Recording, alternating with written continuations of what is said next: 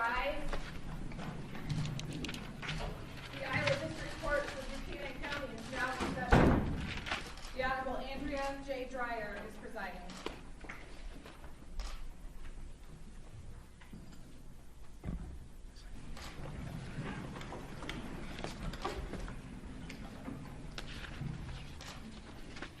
This is case number MBCR 081656 in the Iowa District Court for Buchanan County. The State of Iowa versus Christopher Douglas Souls. Mr. Souls is present. Mr. Parrish and Mr. Montgomery are seated at council table with the defendant. Mr. Brown, Mr. Hardy, and Zach Hill here for the State of Iowa. We are here for a scheduled hearing on motions to dismiss filed by the defendant. There were some objections to testimony that were filed by the State of Iowa. There was a response that was filed by Mr. Souls. Those documents are still in the filer's interface. However, I have reviewed them. Mr. Parrish, will you be arguing for the defendant today? Mr. Montgomery will judge, and I think we may have had something worked out that we could explain to the court at the appropriate time. Very well. Let's deal with the objections to testimony before we get started on the motion. That's fine, Judge. I think I can address, well, go ahead. Oh, no, I'm okay, Judge, if they address it, but I think we've worked through the objections, and we're prepared perhaps to outline to the court what our positions are with regard to these matters. Thank you. Let's do that before we begin. Thank you, thank you, Judge. Thank you. Judge and Mr. Parrish can correct me if I'm wrong. Last week we met on this case. There was some discussion with regard to the defense offering, I think it was 6 witnesses they'd indicated they wanted to call live. That's what prompted our objection to doing that. It's our position that this motion's filed pursuant to 2.11.6 of the Iowa Criminal Rules of Criminal Procedure, and based on the case law that we outlined, we don't believe that any facts are appropriate at this type of a motion hearing. The court is required to make its determination on the facts as pled, the charge, as well as the minutes. That's what the cases, I believe, stand for that we cited. In our discussions, depending on how you ruled on that objection, if you overruled it, we had indicated that we may be interested in a stipulation to avoid the unnecessary calling of witnesses. Those same witnesses are scheduled for deposition later this week. This morning, whenever we had our discussions, the stipulation that we received, by the way, from the defense, we just got about 10 minutes till 8 this morning. We really haven't had a chance to look at it. It's been represented to me that it's basically portions of our minutes that they've outlined. We haven't had a chance to verify that. So I guess bottom line is we still stand on our objection. I think what the defense is going to want to do is submit an outline of facts they think are important for this hearing that would come from the minutes. I don't think there is going to be a stipulation at this point. We would have a chance, I guess, if we could have a chance to look at it, there might be, but we just didn't have time to look at it before we started today. So I don't know if that indicates, that summarizes kind of where we're at this point with regard to the stipulation.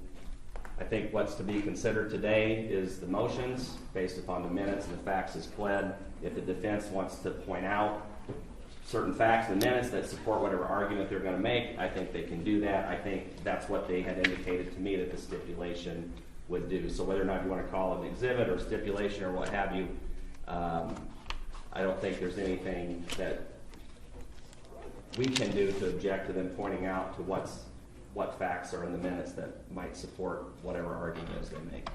So. Thank you. May it please the court, and Mr. Brown, that's accurate, Judge. I think that the way the hearing may proceed this morning, if it's okay with the court, would be as follows. We've agreed that the 9/11 tape comes in and can be played. That will be Exhibit A. We believe, Your Honor, that Exhibit C will be our stipulation. Now, it's not a stipulation of fact. Mr. Brown is accurate with regard to that, but this is what will happen. The document will come in is mainly to reference the court to matters in the minutes that we think are significant, and we reference back to the minutes where they are. Mr. Brown indicated when we were discussing this yesterday and into today by email that he wanted an opportunity to respond to anything that perhaps would not be in the minutes that we reference, but I believe it's our representation, Judge, unless we're inaccurate, that the material we reference in our what we will call Exhibit C will in fact be references back to the minutes. Finally, Judge, we have the legislative history that we're asking the court to take a look, which will be Exhibit B, and I think that's encompassed. We also, I think, as a baseline matter, would tend to disagree a little bit because we think we could make an offer of proof, then the court could later decide whether or not those facts would be relevant to the issue. But in light of the fact that we've made an agreement, Judge, we don't think we have to do that. So in terms of the argument, Mr. Montgomery is going to make the argument, keeping in mind that we're only going to refer to the minutes of information, the 9/11 tape, and the legislative history, and that's consistent with the agreement that we've made. One last point, Your Honor, that we want to make is that we did reach an agreement with the state. We've submitted an order, proposed order to the court that Mr. Soul's bracelet would come off. And we've submitted a proposed order to the court with regard to that agreement with the state, and would ask the court to, I think no one was available last week. I think it was maybe the day before Thanksgiving or something that the court signed that order. Other than that, Judge, I think we're prepared to go. I think time-wise, we're looking at a total of approximately 30 minutes for the total argument, and with the agreement and with the state being given the opportunity to make a response, we don't have any resistance to the record staying open until Mr. Brown files his response to that. Thank you, Judge. Two things, if I may. Sorry. I think, and Mr. Parrish, I think, just referenced this. If they're going to offer this stipulation now as an exhibit to highlight whatever facts there are in the minutes, again, we have not had a chance to verify those. We need an opportunity to do that. There may be a further objection if it does not mirror the minutes. And secondly, as Mr. Parrish said, there may be a need for us to supplement our own exhibits where we point out what facts we believe are important that may have been left out of that particular exhibit. So just with those two clarifications. And then thirdly, we don't have a problem with the 911 tape going to the court. It is referenced in the minutes, not verbatim. I think it's 6 minutes long, something like that. I don't think it's necessary to play in an open court. Typically in these situations, we would just submit a copy to you for you to listen later. I would suggest that we handle it that way. So rather than playing it here in open court, I don't believe that's necessary. I think it coincides with the argument, Judge, so it is significant if the court hears that along with the argument. It does make sense. And it says 6 minutes, so, you know, we're saving the court about 2 hours of time already. All right. How many pages is Exhibit C? Exhibit C on is 3 pages. All right. Mr. Brown, how long do you think it would take you to review Exhibit C? We would need 24 hours a day. I could probably have it done later today. I've got to head to Parks North after this is over, so.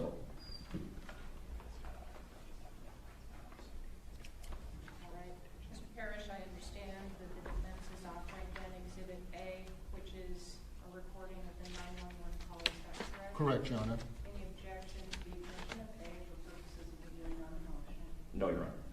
A is admitted.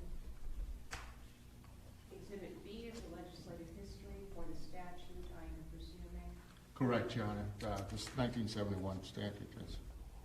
Any objection to the admission of Exhibit B, Mr. Brown? I don't believe I've seen the exhibit that you're referencing.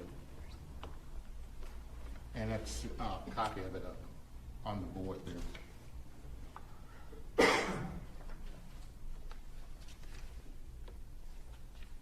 I mean, I guess in as much as it's relevant, Judge, we would have no objection. That's what Mr. Brown. Yeah. Okay. Exhibit B is admitted for purposes Correct, John.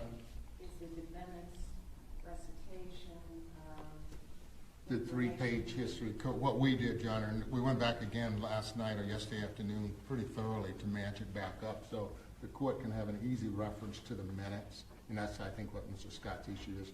So that's all we're saying, that it helps the court in analyzing from our perspective what the issues are. Exhibit C would be a recitation of certain facts that the defense wishes to bring to the court's attention. And I will add a caveat that facts that are taken to be established only for the purposes of the hearing on the motion. Right. Any objection to the court's consideration and admission of Exhibit C, Mr. Brown? With the agreement that we mentioned on the record at this time, no. I will allow the state to make any response and file it to Exhibit C. C will be admitted. The state will be allowed to submit its response after it's had an opportunity to review Exhibit C. Is there anything else, Mr. Parrish, that the defense will be offering as evidence? No, Your Honor. Other than just argument, we are satisfied with the admission of the record at this point. Thank you. Very well. That should deal with the objections to testimony. Before we proceed to the legal arguments on the motions to dismiss, I did see that there was an application to modify conditions of pretrial release to remove electronic monitoring. That motion was filed on November 22nd at about 12:15 p.m. That has not been processed They through told the us that, electronic right. filing system yet. I did review it in the filer's interface. I noted that it is unresisted. Is that correct, Mr. Brown? That's correct, Judge. It's, we're not resisting the motion to remove the GPS monitor. All right. Given that the application is unresisted, I will approve it and grant that application. Mr. Montgomery, there are two motions that were filed by the defendant, correct? Do you care to address them separately with the state's response in between, or do you intend to make your argument all at once on both motions? May it please the court, Your Honor, we can address them in total with each other rather than separately. They're inexplicably intertwined. Very well, Mr. Montgomery, you can proceed when you're ready. May it please the court, Your Honor, the statutory provision under which the state purports to charge Chris Souls in this case is 321.263 of the Iowa Code. The statutory language is before the court on the board on the tripod here. The motion asserts that 321.263 is unconstitutional as applied to Chris Souls as the accused in this case, because it is unconstitutional because it is vague as applied to Mr. Souls under the facts and circumstances of this case. At the threshold of constitutional analysis, there are generally two approaches regarding unconstitutionality of the statute. One is that the statute is unconstitutional on its face, which does not require any reference to the facts and circumstances of the particular case. The other is that the statute is unconstitutional as applied, which necessarily requires reference to the particular facts and circumstances of this case. We are here to tell the court today that 321.263 as written is a valid, purposeful statute that has two primary goals. Both goals, or the statute, is rationally related to the interest of the state in accomplishing both of those goals. We do not ask the court to overturn any portion of 321.263. We ask the court to overturn the application of 321.263 to Mr. Souls and the facts of the case, because it is universally accepted in statutory jurisprudence or constitutional analysis jurisprudence that the facts and circumstances are necessarily relevant The best capsulized version of the facts and circumstances of this case, applicable to the current motion before the court, is Defendant's Exhibit A. At this time, so the court has the necessary context of the facts and circumstances of this case, and since Exhibit A has been moved into the record, we would ask for the court to listen to the admitted evidentiary exhibit, Exhibit A, at this time. You may help with this.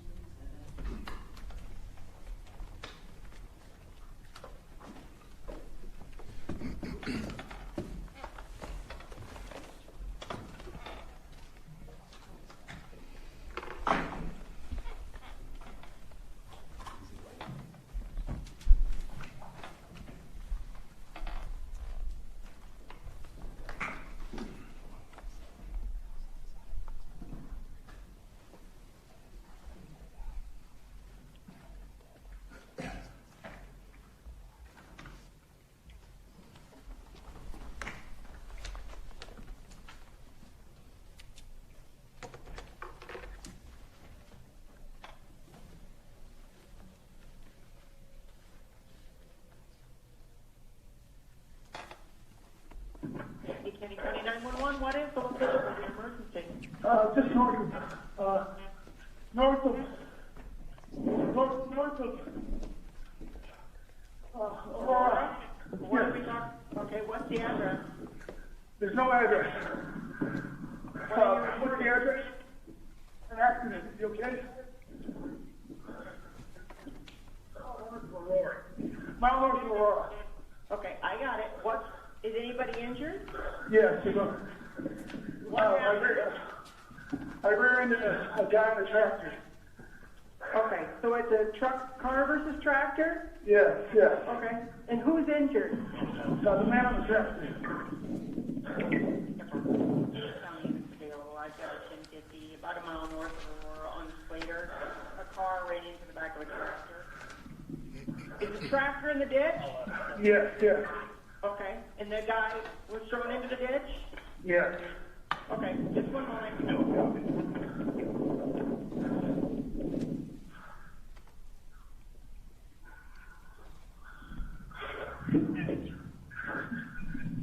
They're coming. Okay. Are you talking to him? Is he conscious? He's not conscious. He's not conscious? Can you check his name? What is the exact location of your emergency? 160 County. I need your emergency one ambulance sent 1 mile north of Aurora on Slater Avenue for a vehicle versus tractor accident. The tractor into the ditch and the rider of the tractor is injured. Okay, it was 1 mile north of Aurora. Yep, it's going to be the 1000 block of Slater, SLATR. It's on W45. I'll be paging Aurora. Okay, thank you. Thanks, Donna. Go ahead, bud. Call, stay on the phone with me, okay? You can hear me for just a minute, but don't hang up. Donna, I got this, okay? Okay, you got it? Yep. Thank you. What's your name? My name's Chris Stoll.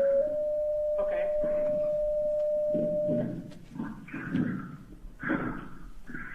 Is he breathing, Chris? I can't tell. I can't hear him. When he's breathing, or responders.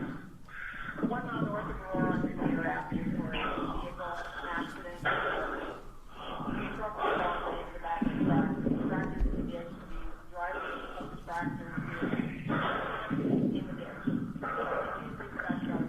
So it doesn't look like he's breathing, Chris? No. Is the tractor on him? No.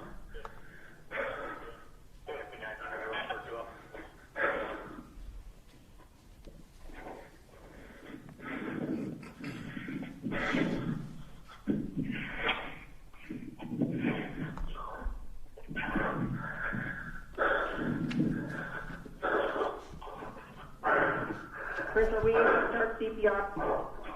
Know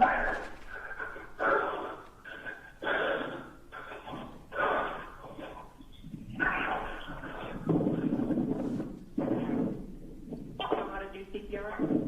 No, I don't. Are you hearing him at all?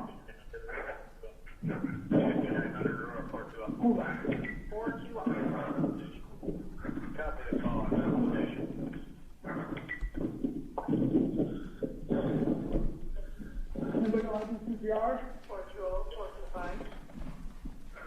Is there somebody with you? There's people here, yes. Okay. Does anyone there know how to do CPR? Anybody know how to do CPR?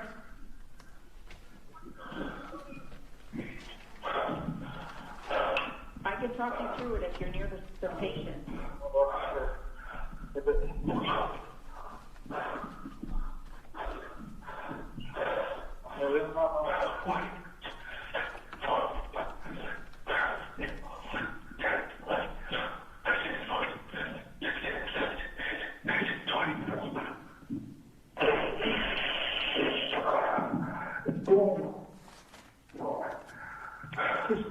Someone starting CPR. Is that coming out of his mouth? Yes. I feel like I feel pulse. Yeah, he's got a pulse. Do you have a pulse? I feel a pulse. Check to see if he's breathing.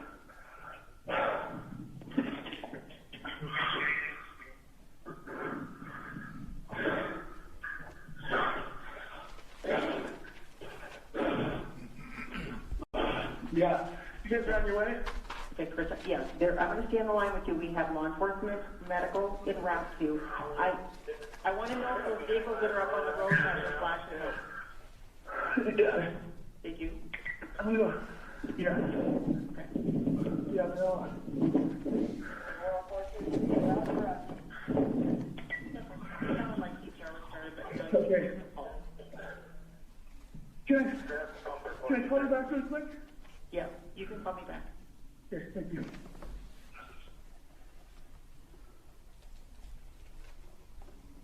And it sounded like CPR was started, but he thinks he's on the pulse.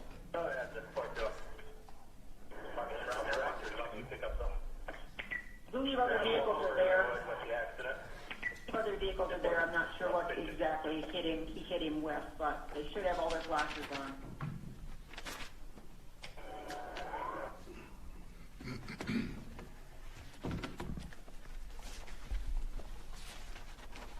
Your Honor, with regard to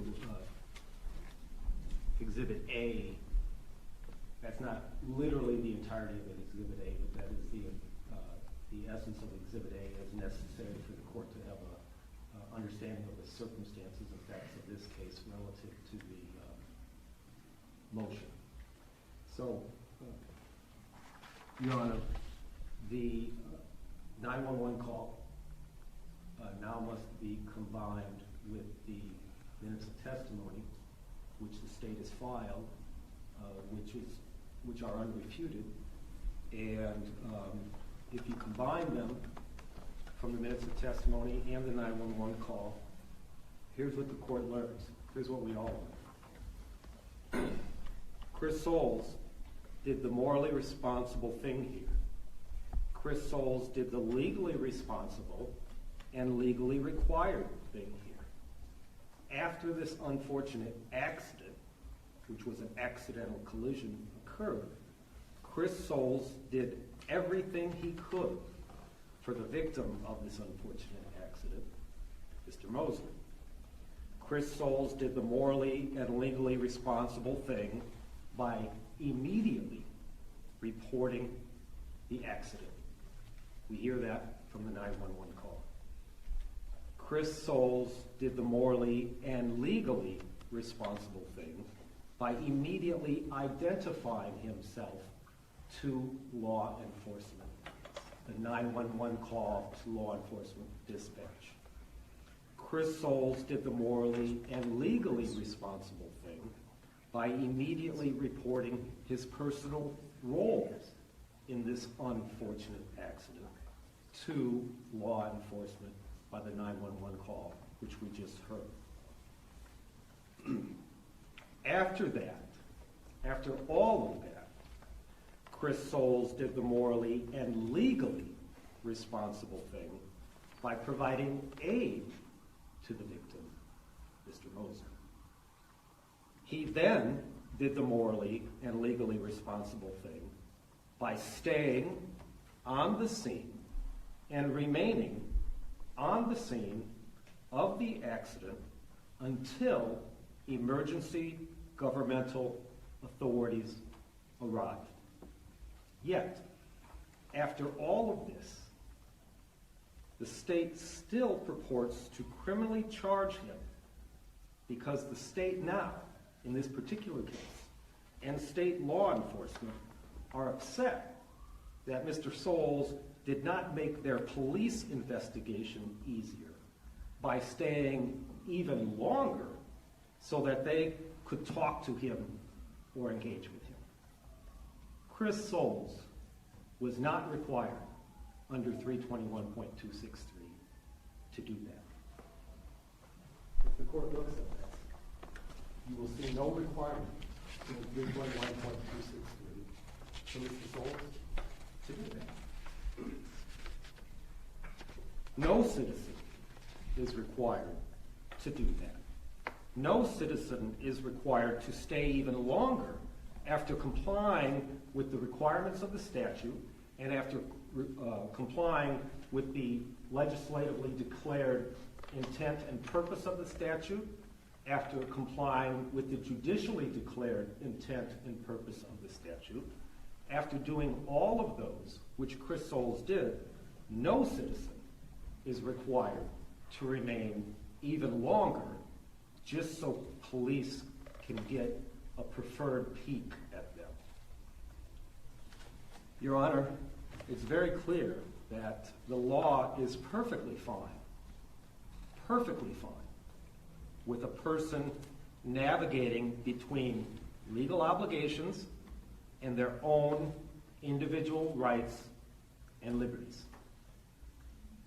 The law is perfectly fine with a person navigating between legal obligations and their own individual rights and liberties. The legal obligations in this case are described in 321.263, the language and the statute and the judicial interpretation of that. 321.263, the statute under which the state purports to criminalize the behavior of Mr. Souls in this case, criminalizes the following: failure to stop. It criminalizes failure to report the accident. It criminalizes failure to provide identifying information. It criminalizes failure to remain on the scene to aid an injured person. It criminalizes failure to remain until help arrives for an injured person. 321.263 criminalizes failure to remain to attend a dead body until authorities arrive to tend to the dying or dead body, which act, which is written into the intent of the statute, would assure that further distress or further mutilation to a dead body doesn't occur. Failing to remain until authorities arrive to attend to a dead or dying body is criminalized by 321.263. These are all acts criminalized by 321.263. Mr. Souls, after this unfortunate accident, stopped. Mr. Souls, after this unfortunate accident, reported the accident. Mr. Souls provided his personal identifying information. Mr. Souls remained on the scene to aid the injured Mr. Mosier. Mr. Souls remained on the scene until help arrived for the injured Mr. Mosier. If Mr. Mosier, because of this unfortunate accident, unfortunately had passed before authorities arrived, Mr. Souls remained on the scene to attend and be with his dead body until governmental authorities arrived to tend to the dead body of Mr. Moser. Yet the state wants the court to find that his actions are a violation of the statute. The twofold purpose of the motion, Your Honor, is that it is vague as applied to Mr. Souls, and that it is unconstitutional if the court, for some reason, accepts the state's interpretation of the statute, which is nowhere in the legislative history, nowhere in the judicially declared history, nowhere in the language of the statute. So it's hard to imagine from where they get this. But if the court were to accept the government's purported interpretation of the statute, then the statute does not pass judicial muster, constitutional muster, because it involves a fundamental right of Mr. Souls. He has a fundamental right under Article 1, Section 1 of the Iowa State Constitution to freely enjoy life and move around and to pursue happiness. Those are specifically delineated in the first section of the first article of the Iowa Constitution. Interestingly, they are not specifically delineated in the federal Constitution. They are presumed to be inherently included, but are not specifically delineated. Mr. Souls' rights under Article 1, Section 1 of the Iowa Constitution, as I just identified, would be implicated and violated if the purported interpretation by the government is accepted. Also, it would violate Article 1, Section 8 of the Iowa Constitution, which prohibits unreasonable seizures of individuals and requires probable cause. First, the vagueness. The law is very clear, in Iowa in particular, that the court in Iowa has a rule for how to resolve genuine ambiguity in criminal statutes in favor of the criminally accused. I'll repeat that, Your Honor. The court has a rule for how to resolve genuine ambiguity in criminal statutes in favor of the criminal accused. As the court has put it, the rule of lenity insists that courts side with defendants when, quote, when the ordinary canons of statutory construction have revealed no satisfactory construction, end of quote. In Iowa, it is well established that penal statutes must give fair warning of the conduct prohibited and are to be construed strictly with doubt resolved in favor of the accused.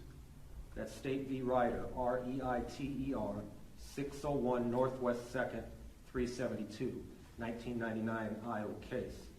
The earlier rule of lenity I cited to comes fairly recently from a U.S. Supreme Court case, Lockhart versus United States, 136 Supreme Court 958, jump site 977. That's a 2016 case, Your Honor. To the extent that there is unresolved ambiguity, Iowa cases require a narrow construction of the statute.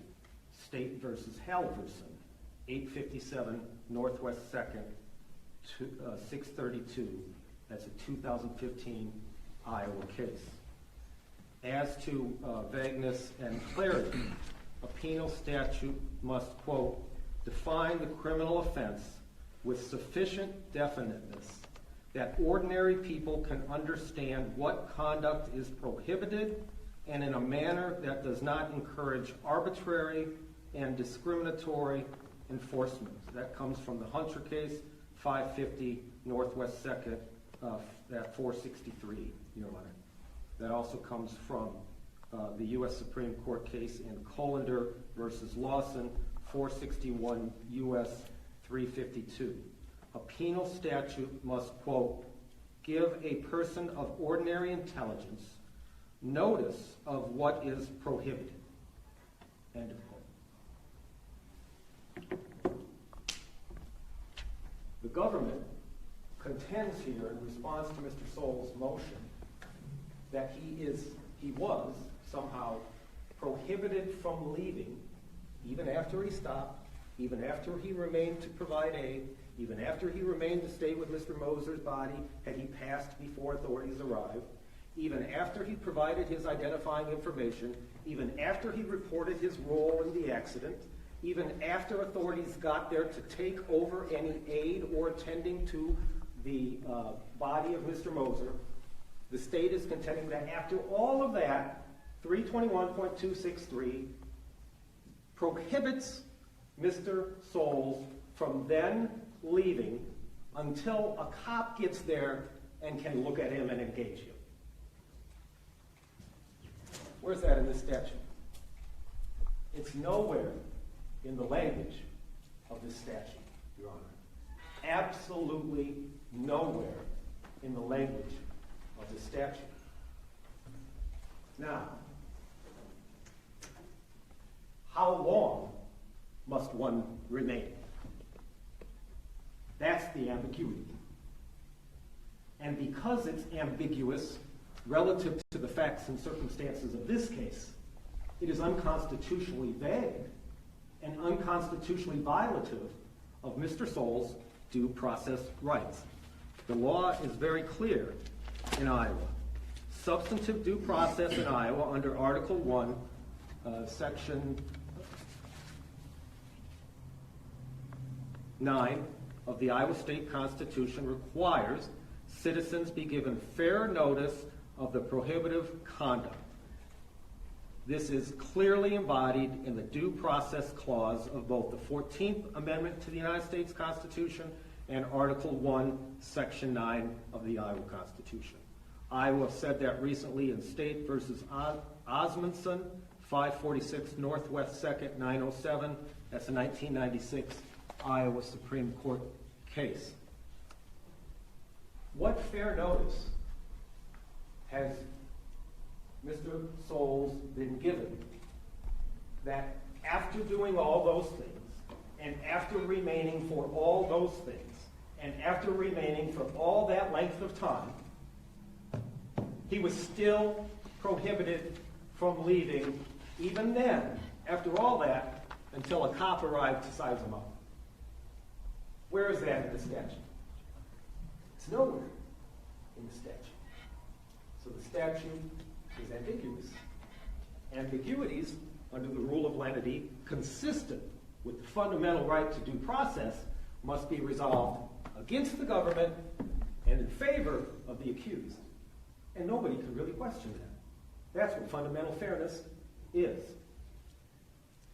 How do we try to determine then how long a person should or must remain? Well, first of all, the answer isn't whatever the state says now in their selfish interest in this particular case, because that's not fair.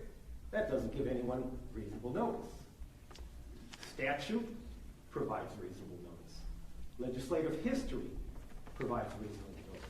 Legislative history as reflected by the legislative debate records, and legislative history as reflected by the history published by the Iowa State Legislature. Legislative history as reflected by the declared intent of the statute in the case of judicial decisions by the Iowa Supreme Court. What is the legislative history of 321.263? Iowa Code Section 321.263 was enacted for two reasons. And it's in the legislative history that we've provided to the court. It's also, it's easy to get there this way, declared by the Iowa Supreme Court in the Seven case, which is in our briefs and motions. So 321.263 started out years ago, Your Honor, in the 1930s. Then in 1970 or 71, there was a set of circumstances which gave rise to the Seven case. And 321.263 prior to that said you've got to give the information to the other person, the other driver. In Seven, the other person was a pedestrian who had clearly and unequivocally been killed and was dead and or unconscious. And Seven didn't give the information, and left and was charged under the statute.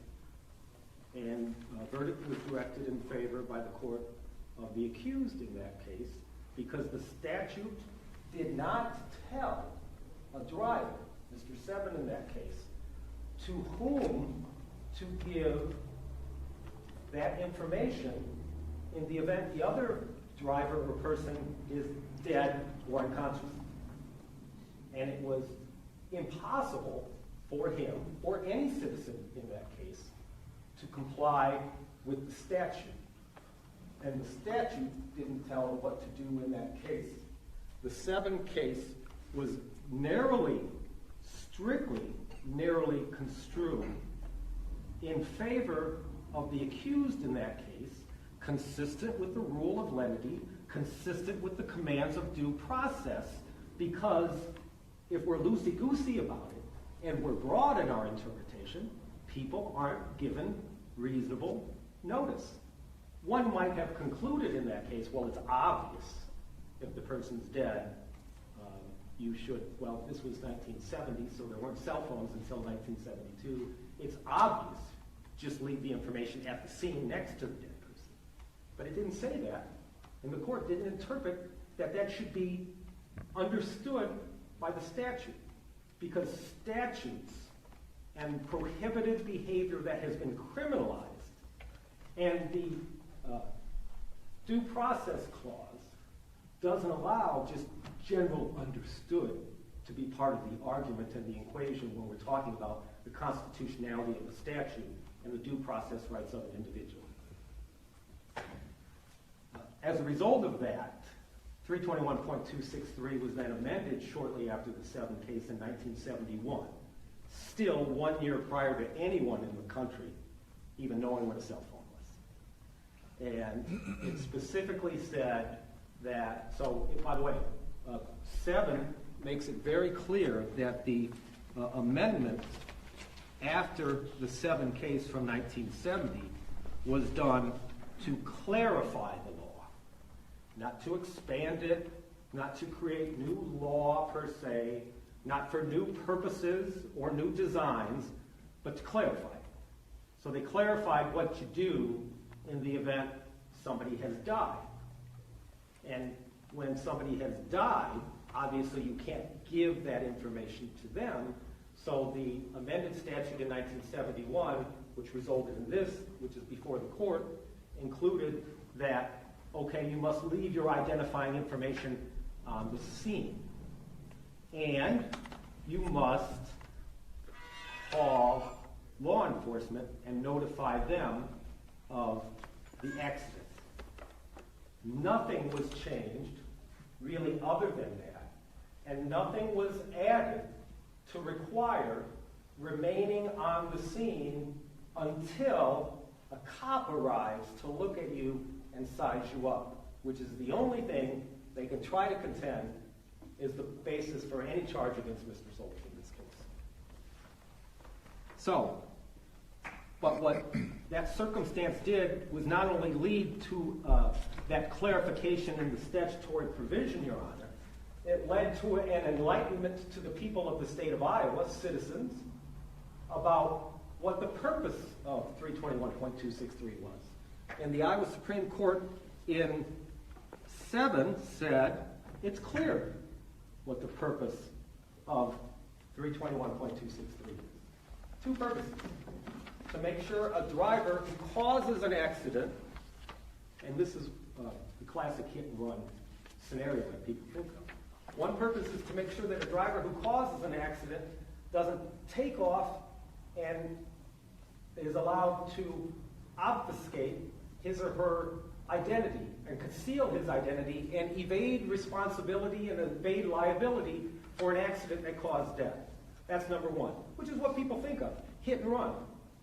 We want to make sure you don't get away with it without people knowing you caused an accident, without people knowing who you are.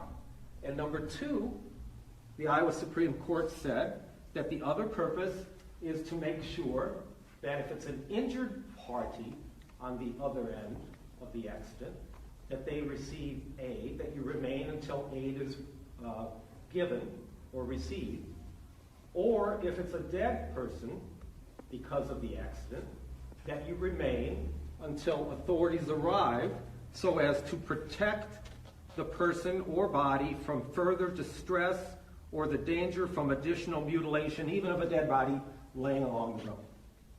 That is the purpose of 321.263, to make sure we know who you are and to make sure one of two things. Either the person is getting aid if they're not dead, or if they're dead, that you stay there until authorities get there so people aren't running over a body and there's not further distress and humiliation disrespectfully to a human body. Nowhere in there does it say how long you must remain. The canons of statutory interpretation said we can infer how long you're supposed to remain by the purposes and intent of the statute. And that's where we go to the legislative history and the judicially declared intent. So, although remaining until authorities get there to provide aid and remaining until authorities get there to attend to the dead body also is not written into the literal language of the statute. It is inferred in the statute by the literal language of the statutory history in the legislative history and the literal language of the Iowa Supreme Court in the Seven case that literally publicly declared what the two purposes are. So obviously the statute was written to accomplish those two purposes. If a person doesn't stop at all, they're in violation of the statute. And if a person doesn't stop at all and is charged for this hit and run, for not stopping, that person has no standing to declare that this statute is unconstitutional as applied to them, because the facts and circumstances of that case would be a person who didn't even stop at all.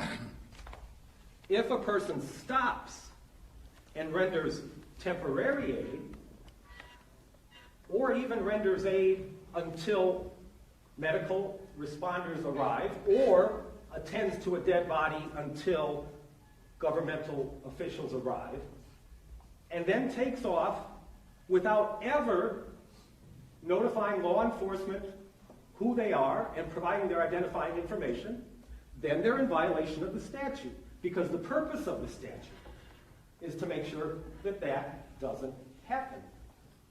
So if you don't stop at all, you're in violation of the statute. If you stop and you give aid but you don't give your name, you're in violation of the statute.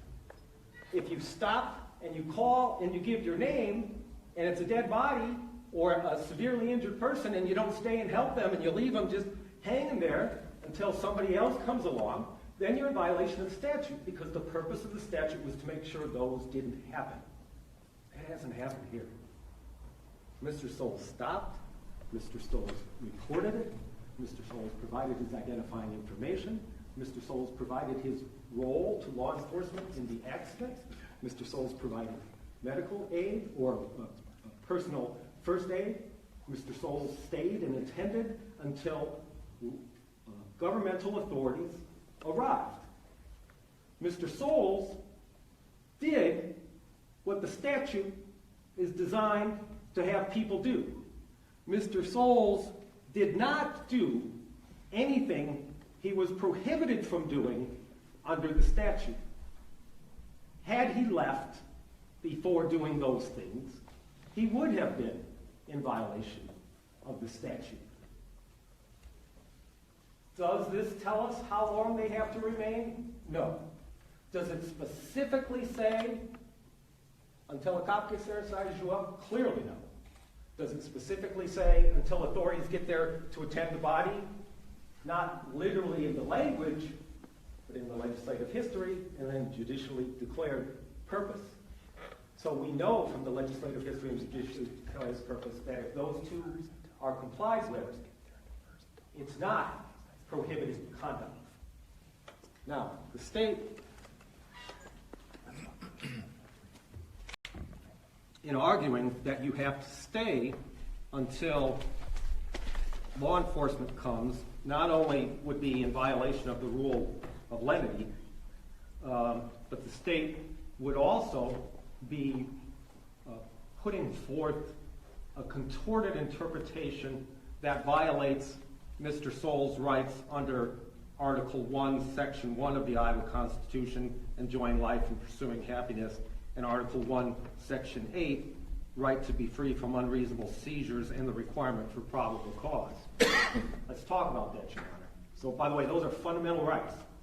The first two are literally Article 1, Section 1. Can't get much more fundamental of a right than that in the very first section of the very first article of the Iowa Constitution. The right to be free from unreasonable seizures and the requirement of probable cause are also fundamental rights. When it comes to the jurisprudence of statutory constructions as to the constitutionality of criminal statutes, if the statute affects a fundamental right, then the burden is on the government to prove that the statutory provision is necessary and narrowly tailored to accomplish a compelling governmental interest. Necessary for a compelling governmental interest. So, what does 321.263 require of a citizen as it implicates their fundamental rights? It requires that when you get in an accident, you got to briefly stop and give aid until aid is no longer necessary or until authorities come. Is that a restraint of your freedom of movement to some degree? Yes. But is it an acceptable restraint of your freedom of movement to accomplish one of the purposes of the statute, which is to make sure that seriously injured people aren't left unattended, or that a dead body isn't disrespectfully left unattended to risk further distress or mutilation? No.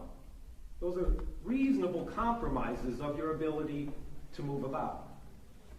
You're also required to report the accident and provide your identifying information, who you are. Even under the Fifth Amendment, it's generally recognized that you have to identify who you are. You don't have to say what you did.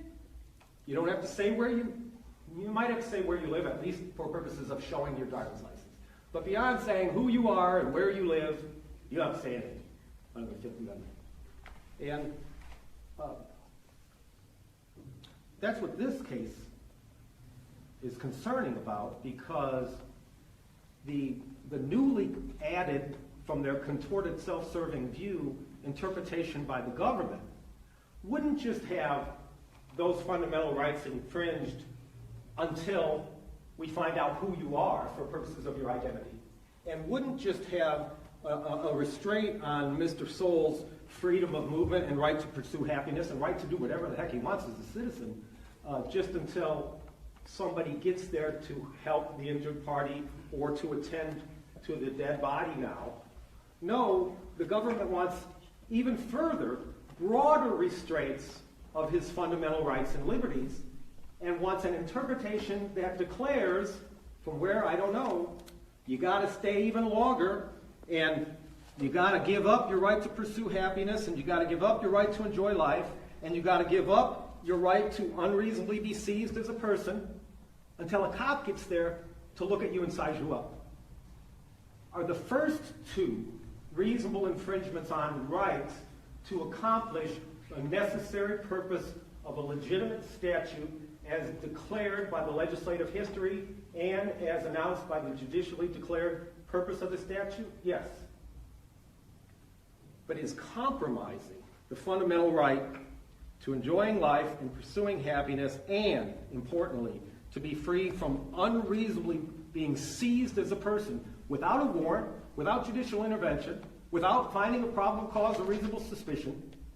They want the court to somehow broadly interpret the statute to say that those infringements are okay for the sole purpose of making a police investigation a little more easy. That is unconstitutional. And therein lies the problem in this case. Your Honor,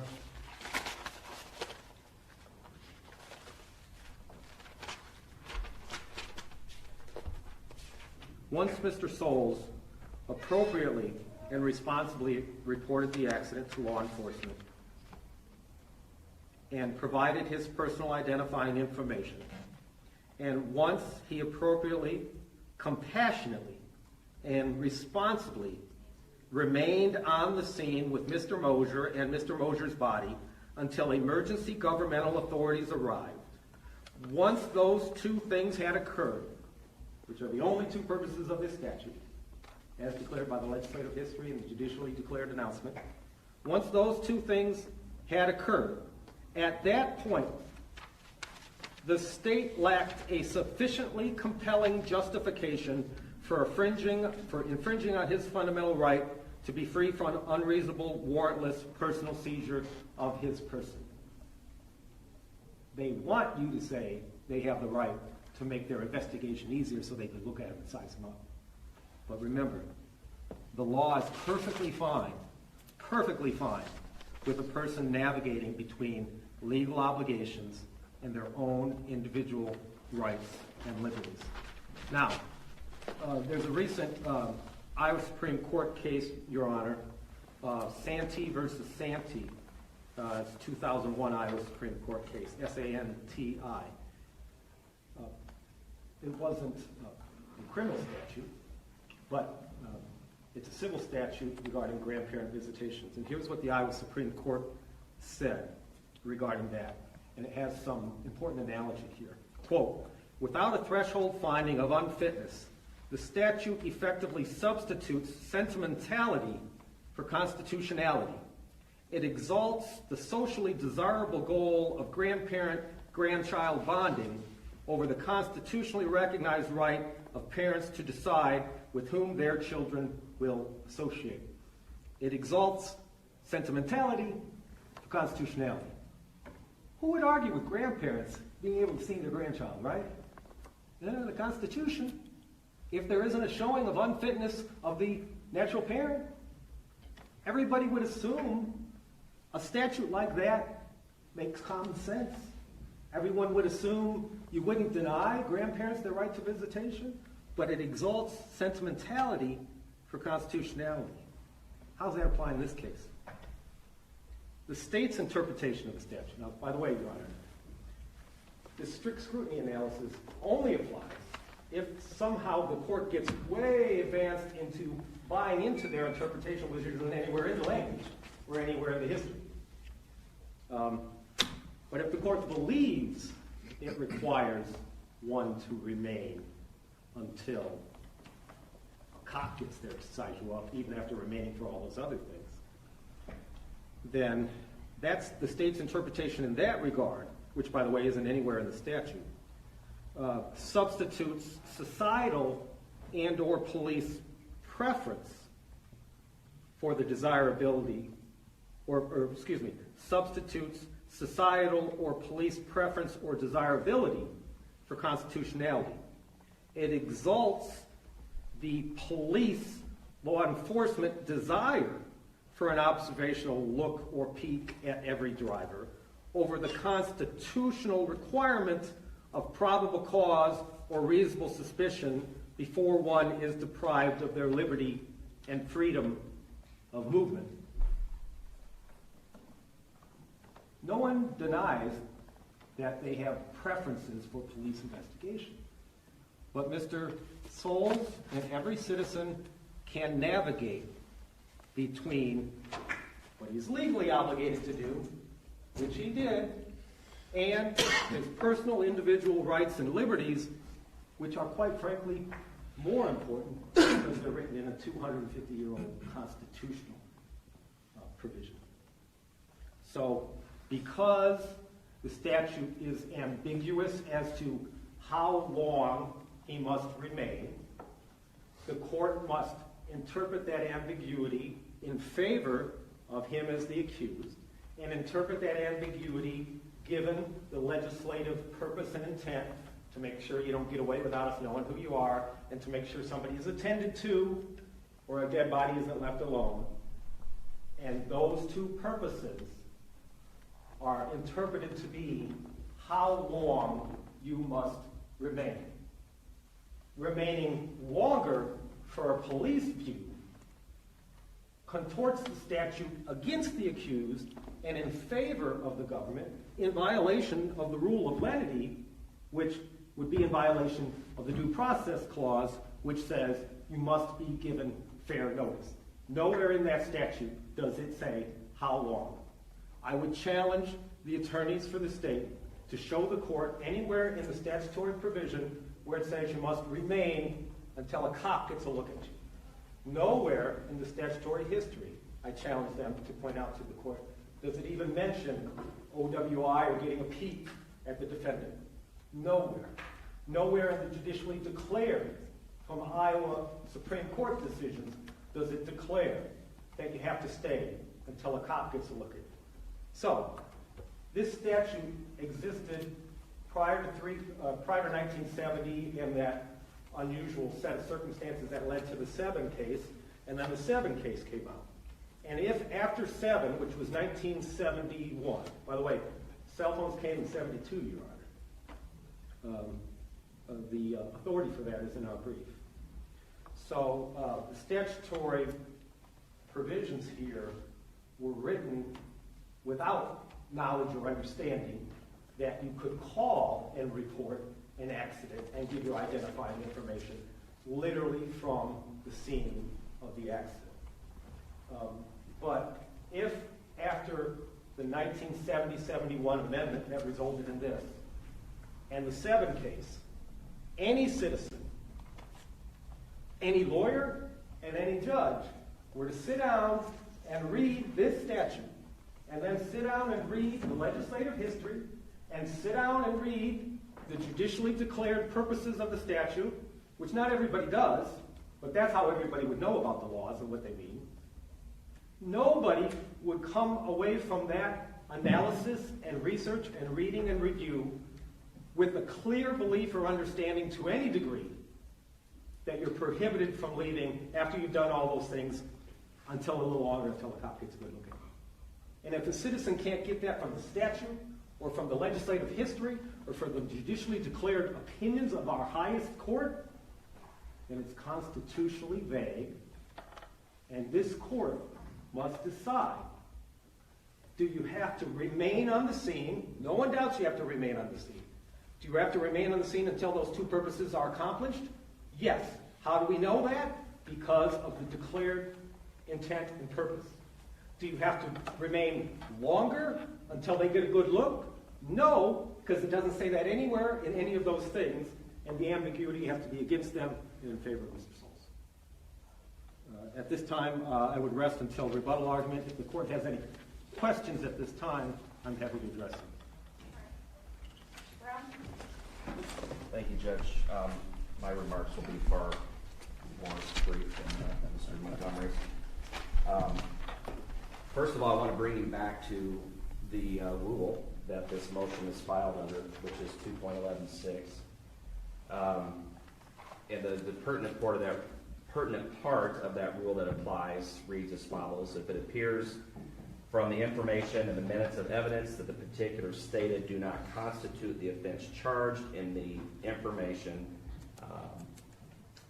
then it can be dismissed by the court. In looking at what the facts are that support the charge, it's our position that you're confined to the minutes of evidence in the case as pled. As a very fine closing argument that Mr. Montgomery made, but we're not here to determine the guilt or innocence of Mr. Souls. We're here to apply the standard as is set forth in the rule that's been pled by the defense. Both motions to dismiss were filed pursuant to that rule. So I just want to address a couple things with regard to Mr. Montgomery's argument. First of all, the 911 call was played. I believe it's about 5 or 6 minutes long. The call was made at about 8:20. It was made at 8:20 p.m. And at the end of it, you'll hear the 911, the dispatcher, ask Mr. Souls. There's some promise that he's going to call her back. He never does that. There is radio traffic, I think, that's also on that exhibit. If you listen through the end of that radio traffic, there is no call back. From the minutes of evidence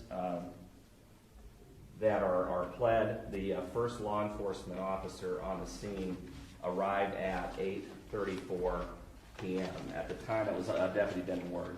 At the time that Deputy Ward arrived at the scene, there was no Mr. Souls. He had gotten into a red truck that had been provided by another person on the scene that we believe was related to Mr. Souls, and he left. There are two local resident eyewitnesses who were present at the crash, as well as a truck driver. The truck driver is referenced in the exhibit regarding the facts that the defense, I'm not sure what you're going to call that exhibit now, Exhibit C. C is the facts. Okay, references the truck driver. At least the two residents, local residents at the scene, observed Mr. Souls driving away in this red truck. So he was on the scene of this crash from the time that he called the 911 call until just before, or sometime before Deputy Ward arrived. So less than, even giving him the benefit of the doubt that he left as Deputy Ward was arriving, it was 14 minutes, or most likely less, because Ward did not see him leaving. He left east down a gravel road in this truck. So he remained at the scene for that short of a period of time. I would tell the court that even the witnesses on the scene, the truck driver, other witnesses that were present, another motorist that was there, all remained longer than Mr. Souls. Again, because it was a serious crash that had resulted in the death of Mr. Mosier. So if we look at this statute, basically what the defense is making is a sufficiency claim that's wrapped up in a constitutional argument, but what are the reasons that we have this particular statute? Why would we want someone to remain at the scene, particularly of a fatality crash? What would be some of the policy considerations behind this? First off, we need to make sure that all people that are involved in the crash are identified. Because it's a fatality, there are these additional requirements that are found in subsection 2 of that particular statute.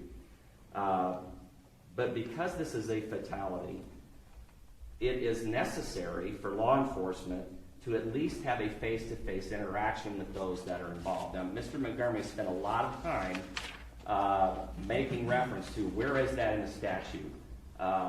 There's nothing that's specifically delineated in the statute that requires that.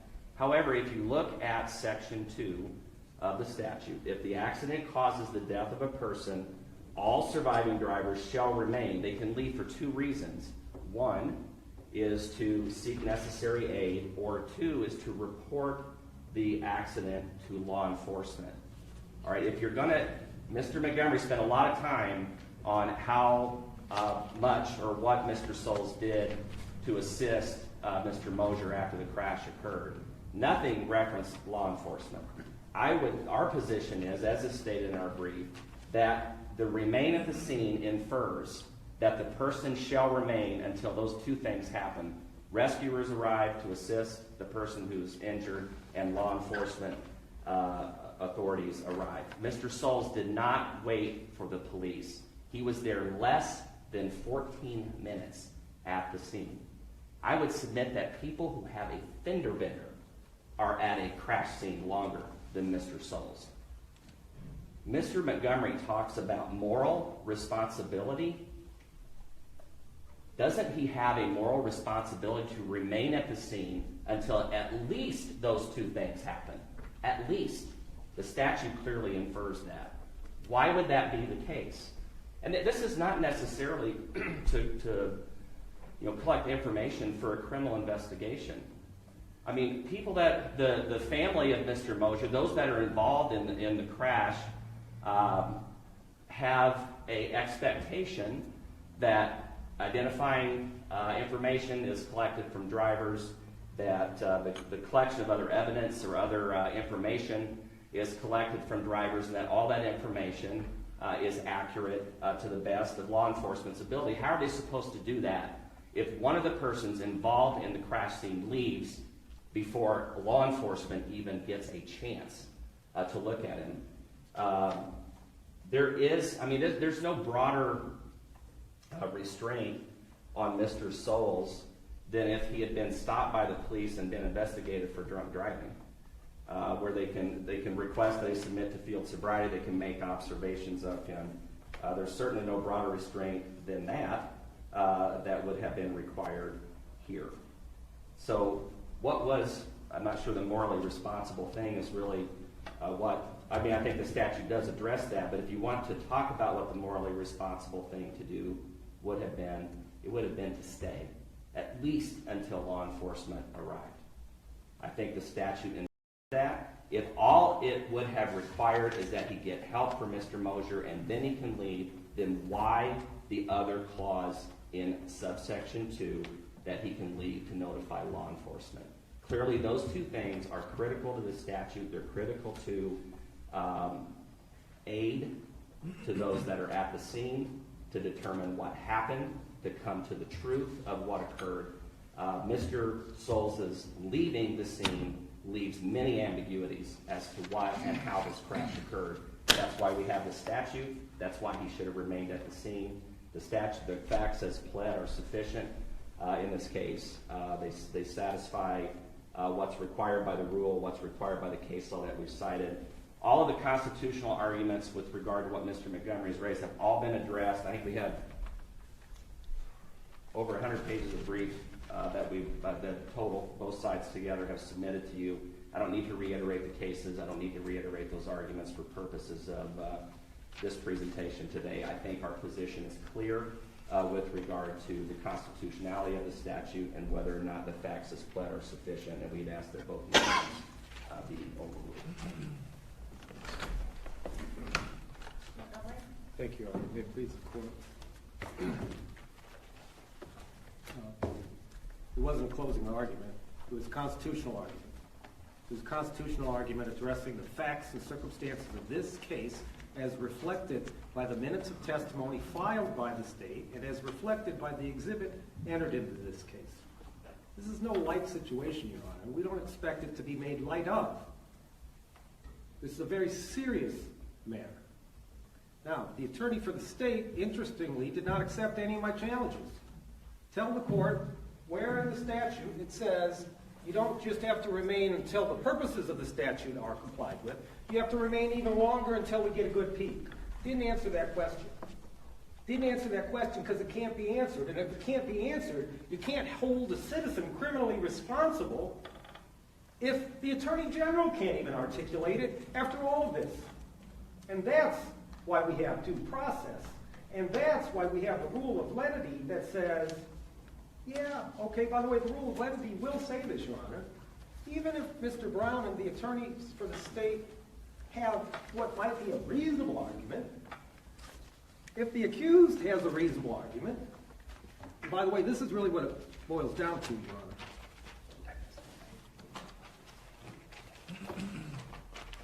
As it comes to the constitutionality of the statute, we do, in fact, affirmatively urge this court to engage an independent approach under the state constitution, specifically under Article 1, Section 9 of the Iowa Constitution, which is the due process provision.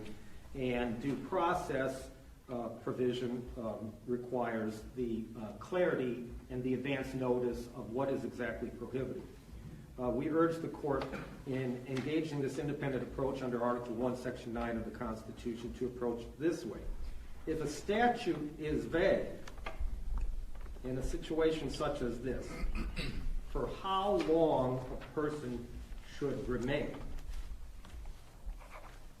until the occurrence of some unknown event, if a reasonable reading of the statute is combined with the purpose of the statute as reflected by the legislative history in the published State of Iowa legislative history, and if a reasonable reading of the statute as reflected by the declared intent and purpose of the statute in officially published and promulgated Iowa Supreme Court judicial decisions, if all of these accomplishing those purposes, if a reading of the statute proposed by the accused supports and accomplishes the intended purposes as promulgated by the statute and the history and the Supreme Court, then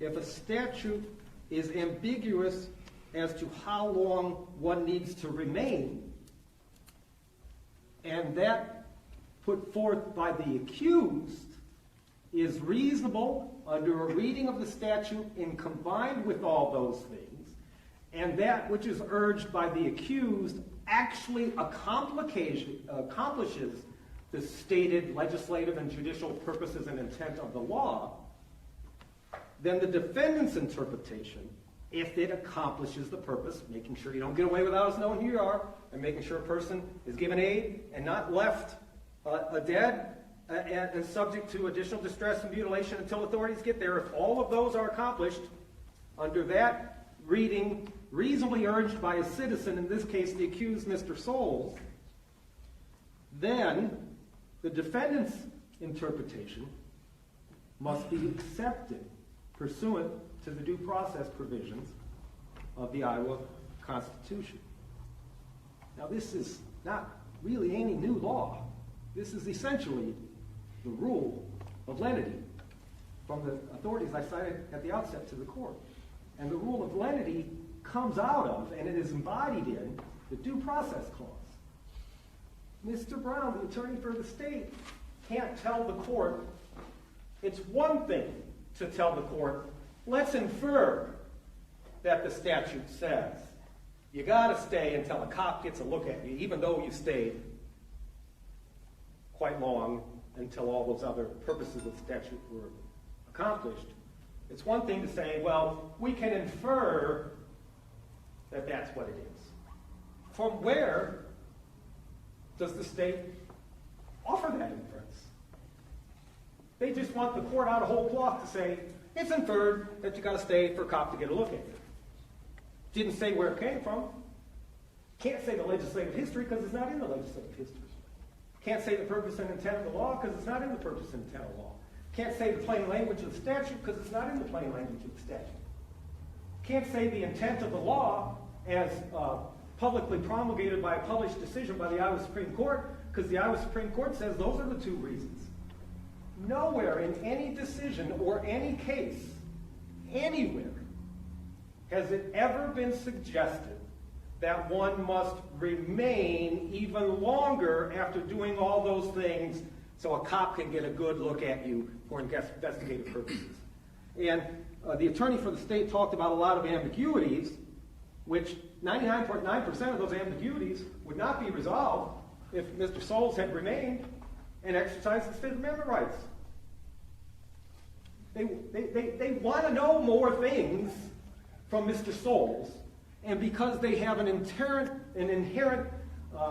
prosecutorial, police investigative curiosity for those things, they want the court to assume that that means it's inferred in the statute, and that's not how it works. That's not how it works at all. Just like the grandparent visitation. Sentimentality over constitutionality. Who would argue that grandparents should be able to see their grandchildren? The Constitution is still the Constitution. He wants to argue, who's going to argue that you should give a bunch of information up? Anyone can do that if they choose to, but they can't be compelled to. By the way, even a plain reading of the statute, Your Honor, makes it very clear that the statute presupposes that the driver of the car would not remain on the scene. Because it says, after leaving the scene of the accident, so it presupposes you would leave. Now, by the way, again, 1970, Mr. Brown, the attorney for the state, wants to say, well, you can only leave under these two circumstances. Well, not really true. You can only leave under those two circumstances in the circumstances of the year 1971 if the only way in 1971 you could report an accident was to leave the scene of an accident to get to a payphone or the nearest house phone. And then when you did that, you did have to come back, or you didn't have to come back, and you could just call police. So even the actual language of the face of the statute from 1971 presupposes if you left, which in 1971 was only supposed to be for purposes of reporting the accident because they didn't have cell phones. By the way, that meant return until something else occurred. That didn't mean return, that still doesn't answer the question, return and remain for how long? Remain until authorities get there to give aid, remain until authorities get there to attend the dead body, or the contorted view and the self-serving police prosecutorial view remain even longer so we can peek at you. That still doesn't answer that question. And that question remains ambiguous. And if the purpose of the statute can be satisfied by remaining long enough. Now, the attorney for the state said, that's how short he remained. Well, we tell, Your Honor, that that's how long he remained. And Mr. Soules remained long enough, according to the minutes of testimony filed by the government, for Kevin Quast to arrive on the scene, for Vincent Book to arrive on the scene, for Kaylee Cope to arrive on the scene, for Captain Sean Opitz of the Aurora Fire Department to arrive on the scene, for Darlene Fells to arrive on the scene, for emergency medical responder Michael Hundley to arrive on the scene, for emergency medical responder Kim Wessels to arrive on the scene. He remained there long enough for all of those two things to occur. He remained there long enough so emergency governmental authorities were tending to Mr. Moser. He remained there long enough to give his identity. He remained there long enough for 2 of those 7 people to come in a government responding vehicle with lights and sirens. He remained long enough for all of those. Now, what if a reserve officer in a law enforcement van had arrived and picked up the body of the decedent, put it in the van, and taken it away? According to the state's interpretation, he could have left then. Or what if the ambulance arrives and takes the body away, and there's no longer anybody that needs tending to either for serious injuries or attending to make sure there's no further distress or mutilation of the dead body? Then they're saying Mr. Soules, under the statute, still has to remain even longer than that? And by the way, if that's the case, you got to put it in the statute. And because it's not in the statute, you can't infer it to be in the statute because that violates his due process rights. But if you do infer it to be in the statute, Your Honor, it doesn't pass strict scrutiny because it's got to be necessary for a compelling government interest. So even if you believe the statute requires that, an investigatory curiosity pique is not a compelling government interest, compelling enough and narrowly tailored enough to violate the rights of citizens like Mr. Soules. By the way, he left the vehicle that he was driving that was involved in the accident at the scene with plates posted on the vehicle, with the registration stickers of the vehicle displayed on the vehicle and on the plates, and with the registration and registration number of the vehicle involved in the accident on the scene. He stayed long enough for all of those things to occur and for the purpose of the statute to be satisfied. By what right does the government have to say, after doing all of those things and remaining for all of that, you still got to stay longer to make our investigative job easier? That's unconstitutional. The court should find it ambiguous and vague and interpret the vagueness based on the rule of lenity in favor of Mr. Soules and make a finding that because it doesn't say you have to remain here or here, that it's got to be the reasonable interpretation that accomplishes the goals of the statute pursuant to due process. And the court, if they find somehow that contorted view is in the statute, should judicially conclude that under strict scrutiny it doesn't pass analysis because just getting a police officer's cop's curiosity view or peek at a driver is not a compelling government interest. For all those reasons, we urge the court to conclude that the statute is unconstitutionally vague, interpreted in favor of Mr. Soles.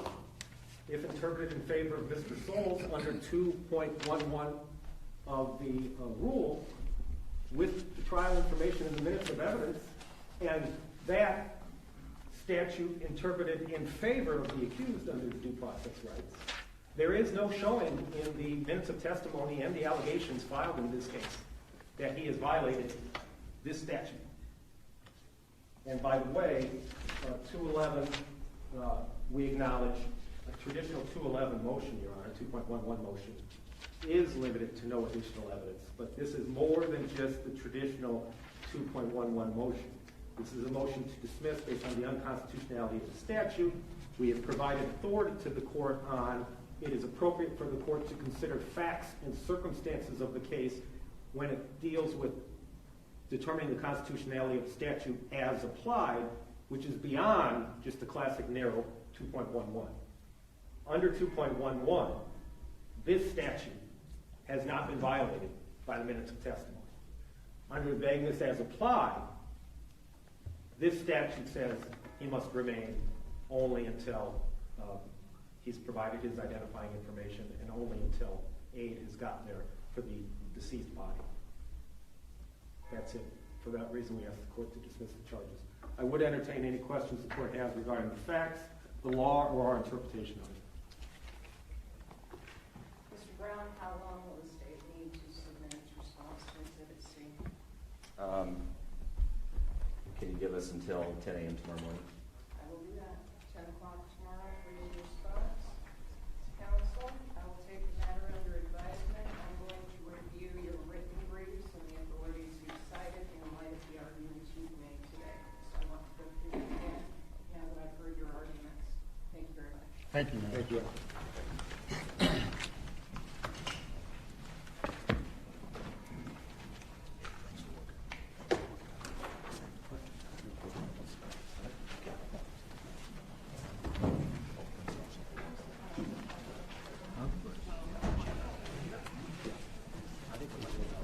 We need to upload Exhibit B to your receipts.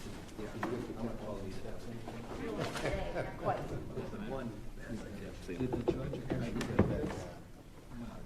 So this is Exhibit A. This is Exhibit A. No, it's B. That's the motion, David. You guys go. So,